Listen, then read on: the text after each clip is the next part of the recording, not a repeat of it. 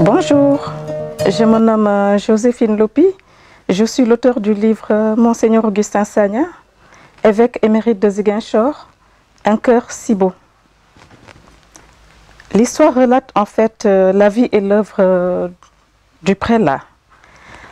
Au départ, mon intention n'était pas d'écrire un livre en tant que tel, mais ce qui s'est passé, c'est que je n'ai pas pu supporter son rappel à Dieu, qui à mon avis était un peu trop brutal pour moi. Et c'est ce qui m'a poussé à écrire ce livre. Même le sachant malade pendant 2 jours, ça m'a un peu secoué quand même. Et voilà, je me suis dit qu'il fallait que je recrée un environnement, un petit cocon, hein, où je me retrouvais avec lui. Et voilà, pour me souvenir de certains moments que j'ai passés avec lui. En réalité, le livre relate, je veux dire, c'est un recueil.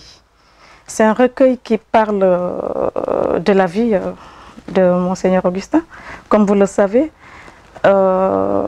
J'ai un peu quand même, parce que quand j'ai recréé je veux dire, ce petit cocon où je me suis retrouvée avec lui, je me suis, je veux dire, laissé voilà, aller dans voilà, plein de choses, des souvenirs par-ci. J'ai cité beaucoup de choses dans les livres. Et maintenant, quand j'ai fini cette séquence, alors c'est là où je me suis vraiment dit, alors Joséphine, tu as beaucoup écrit. Et je me suis dit, pourquoi pas ne pas écrire un livre en tant que tel, voilà, en faire un livre carrément. Et c'est là que m'est venue l'idée d'écrire le livre. Et j'ai dû maintenant retracer, je veux dire, l'histoire de la Casamance. Ok, j'ai dû retracer l'histoire de la Casamance un tout petit peu pour placer les choses dans leur contexte. Et puis revenir à son enfance, je veux dire, jusqu'à son rappel à Dieu le 12 décembre 2012. Une chose, je sais, les gens l'aimaient beaucoup. Voilà. Il était beaucoup apprécié par les gens de la population, je veux dire par la population du Sud, que ce soit musulmans comme voilà, chrétiens. C'est quelqu'un, pendant, je veux dire, les dimanches après-midi, il rendait visite à toutes les familles. Voilà, musulmanes comme catholiques, voilà. Et les enfants l'aimaient beaucoup. Donc ça, c'est du côté de l'Église, je ne vais pas trop me prononcer sur ça. Je sais qu'il a réalisé beaucoup d'ouvrages pour eux. Hein. Mais ce que je peux dire, je veux dire de mon côté, c'est qu'il a été un père pour nous.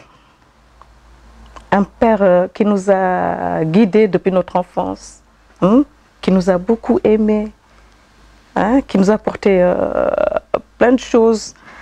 Mais pour être son ami, il fallait vraiment être vraiment studieux, être quelqu'un, voilà, qui était dans les 5 ou 10 premiers, je veux dire, voilà, pour être vraiment dans le cercle des enfants qu'il aimait bien, parce que sinon, il allait te gronder, genre, voilà, parce qu'il était un peu très strict sur ça, sur les bulletins. Quand il venait à la maison, la première chose qu'il demandait, c'était les bulletins pour savoir si vous avez bien travaillé.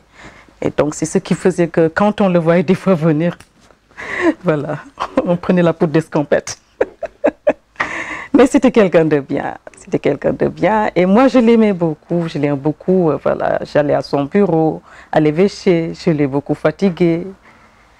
Mais c'est la personne qui est comme ça. Parce que s'il ne m'avait pas montré, je veux dire, voilà, je veux dire, cette partie de lui, peut-être que, voilà, je n'aurais pas eu ce rapport très spécial avec lui.